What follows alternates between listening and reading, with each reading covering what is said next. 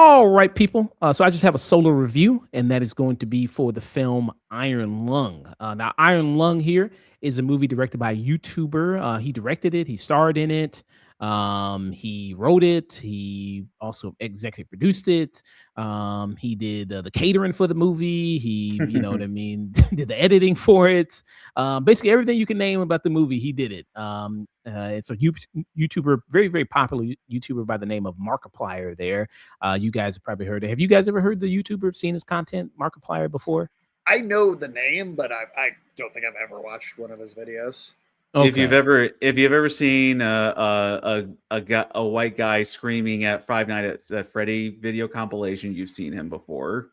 Okay. So yeah, I know he's very popular from his reactions. He does a lot of video game playthroughs, commentary on that stuff there. But that's kind of what he's known for. But this movie took 4 years to make. He put all his money into this movie. I think this movie cost $3 million, $3 or $4 million. And put all his own money up on it. Took 4 years to make. Finally out, which is out right now, and it's doing really, really well. It's grossed, I think, upwards of $40+ million. So it's been really, really successful on that front there. He also distributed himself as well. So he didn't team up with any big distributor to help put this movie out, which is another huge accomplishment with this movie as well. What is the Iron Lung about? Now, this is an adaptation of a video game, and a video game which he's played on stream before. If people actually want to check that out.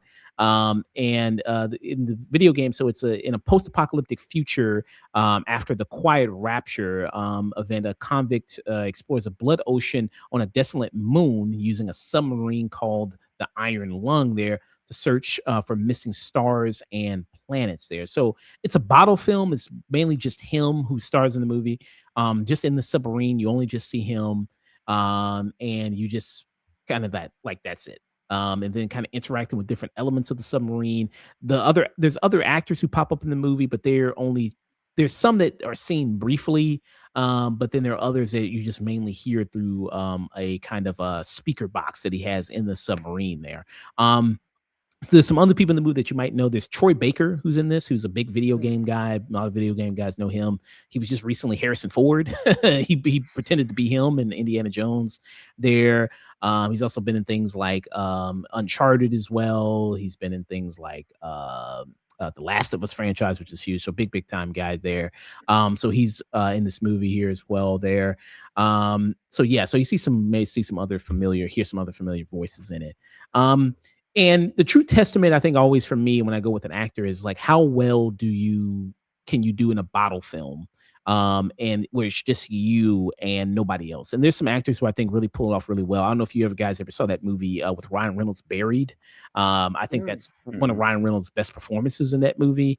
There's also a movie with Tom Hardy, which I think is called, I forgot the name of it. I think it's called something like Drive or Lock. Was or it something. Lock? It was Lock, where it's just like all that movie is just him in a car and he's just driving. And then you have other people he's talking to on like a Bluetooth speaker on his phone.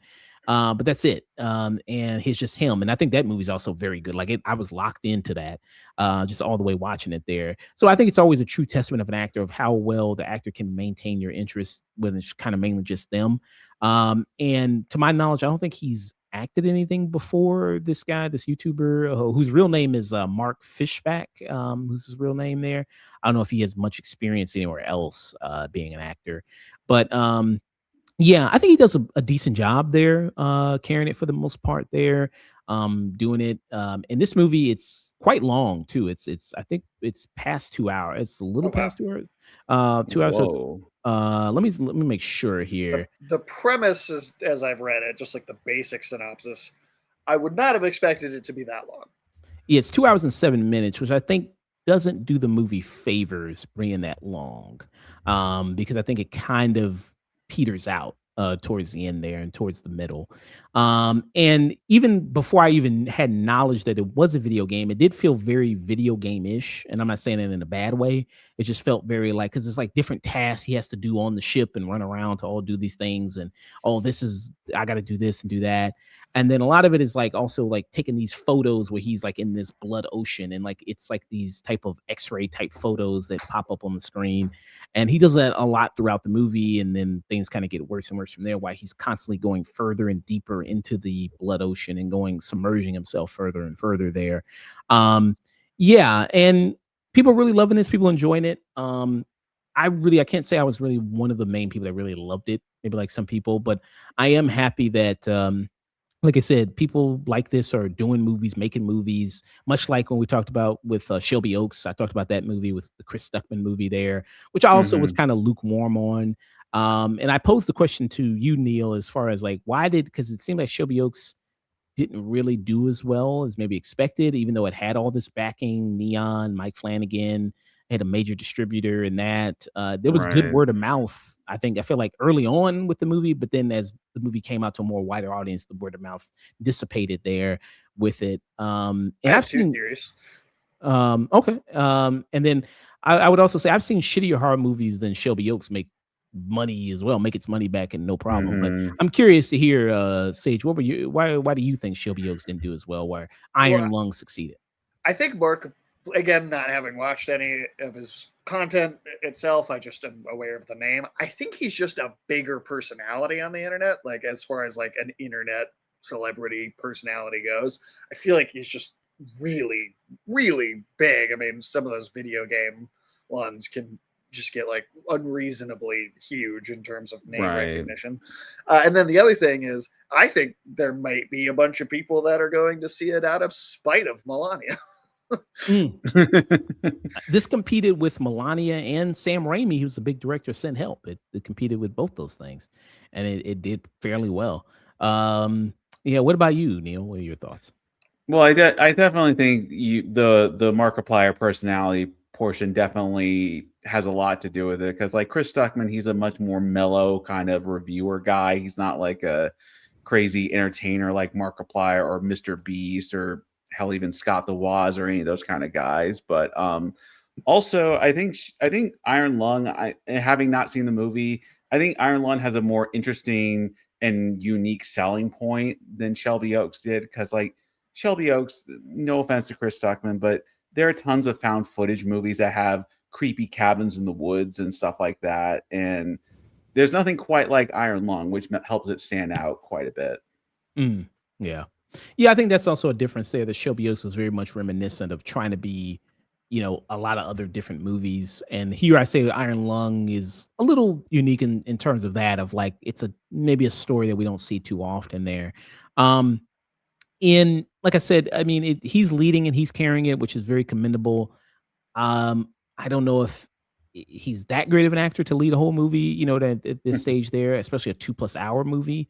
So I was kind of a little like, I don't know about that watching it. I think, like I said, the length is a problem with it of holding my interest throughout that time. I think if you trim off 20, 30 minutes, I think that would have been a lot better with it.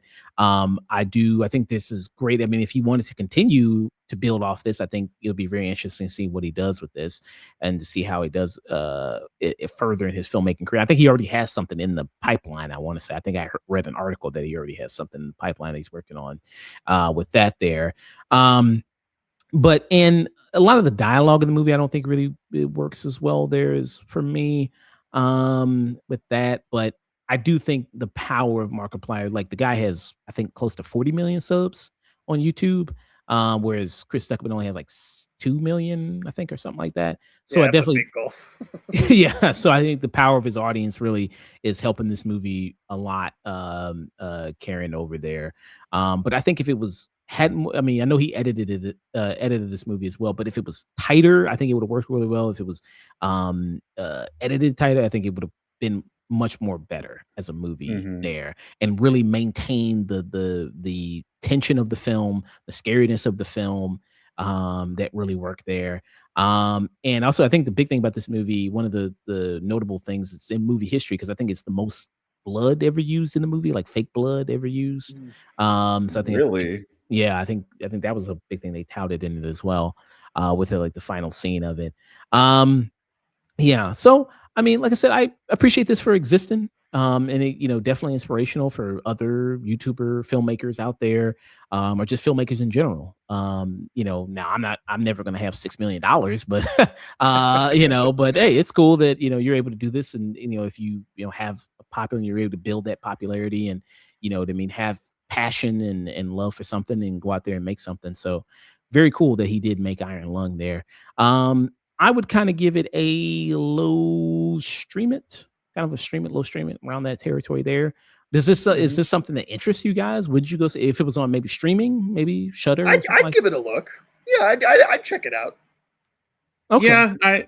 Yeah, I'd give it a Netflix watch. I mean, this it's not really my kind of movie, but I'd give it a watch just for the curiosity of it. Mm. Okay. Cool there. And Neil, have you played the game Iron Lung? No, I gotta be honest, I had never heard of the game until this movie came out, so I'm kind of interested because it seems like a big thing that I just not aware of. Mm. Okay. Cool there. All It's one right. of So that those was indie games that like blew up because he streamed it, I think. Oh, okay. okay. Well, hey, that's power, man. That's the power some people have with that. Yeah, I said this scene reminds me of Blade when he comes out all the blood. Oh, no kidding, yeah. Um, so so yeah, just to stream it for Iron Lung there.